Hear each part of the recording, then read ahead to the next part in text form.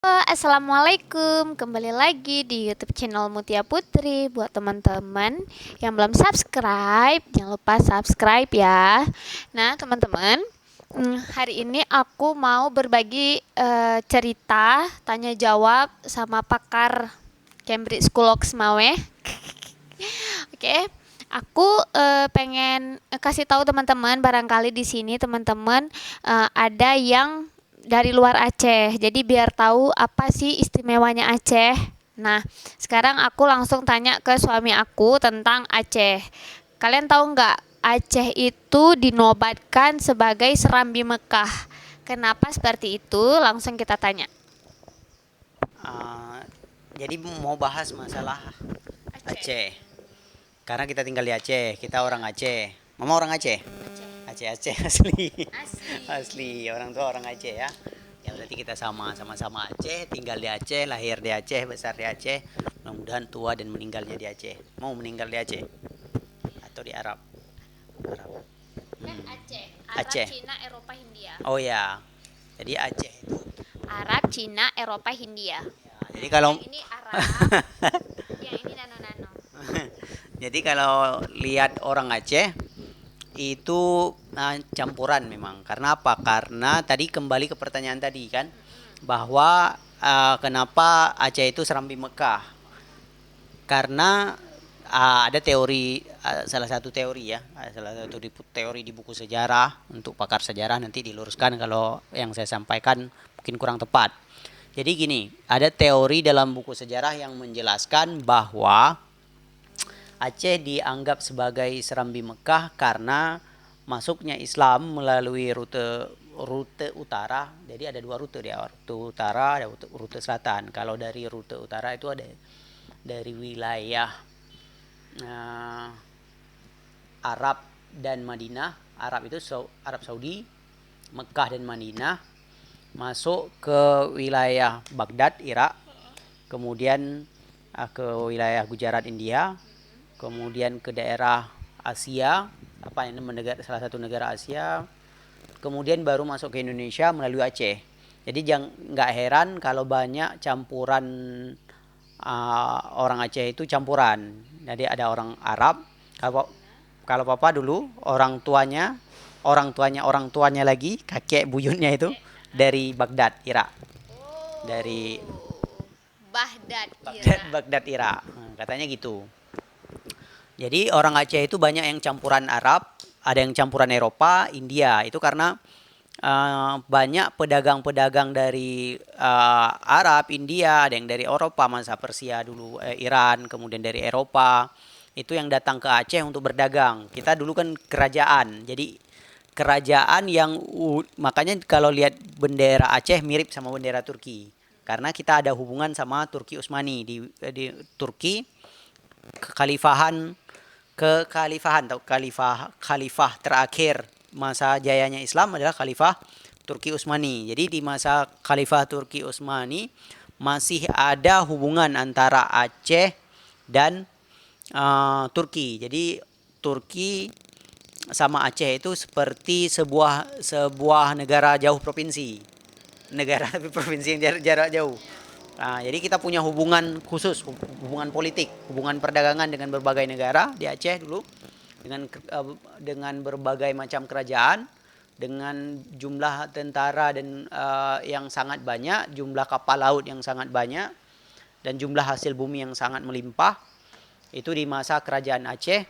Kemudian itu di masa sebelum ada negara Indonesia.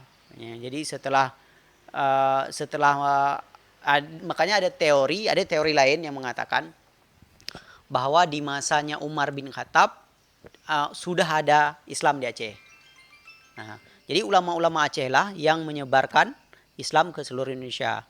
Dengan kata lain, ketika Indonesia ini sudah terbentuk, Aceh sudah kuat dengan adatnya, dengan agamanya, dengan pendidikannya, dan banyak ulama-ulama Aceh yang sudah mengarang banyak kitab. Nah, dan maka kita juga erat hubungannya dengan Malaysia. Jadi orang-orang Melayu itu belajar Islamnya di Aceh dulu. Jadi punya jasa besar terhadap penyebaran Islam di Asia, itu Aceh.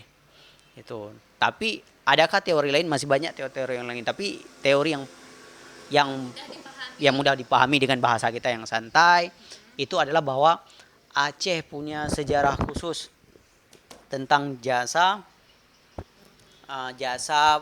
jasanya ulama-ulama Aceh dalam menyebarkan Islam ke seluruh Asia, bukan hanya di Indonesia. Gitu. Paham ya, ngerti ya?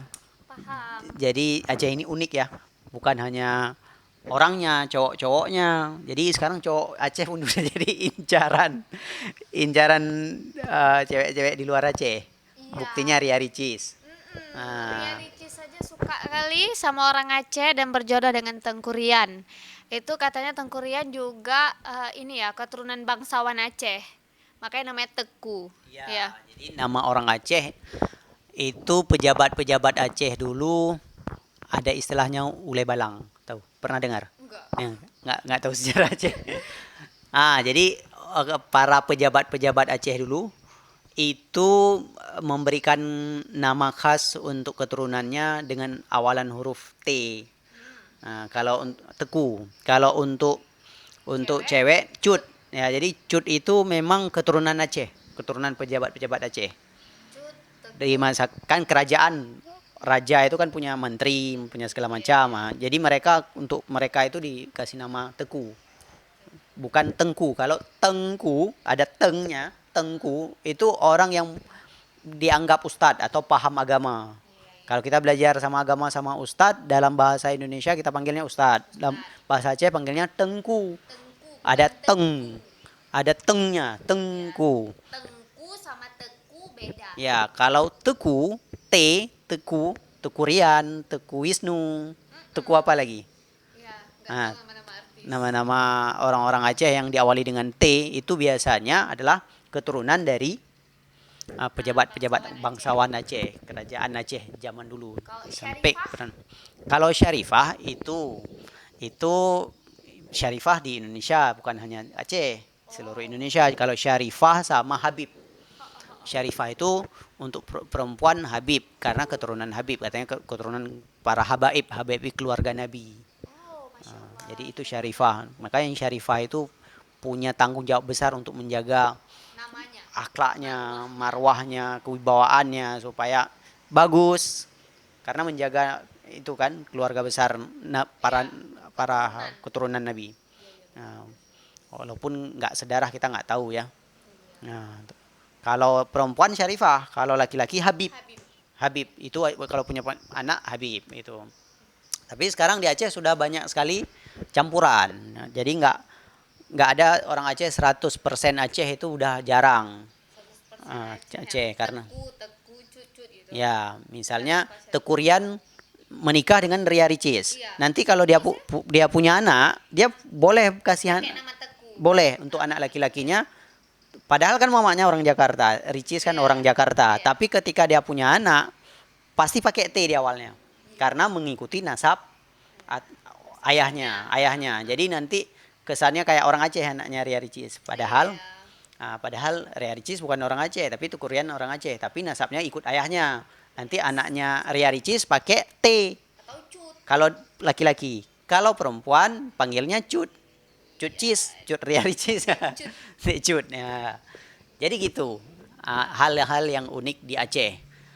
Kira-kira apa yang mau ditanyakan lagi selain tentang asal-usul kata Serambi Mekah?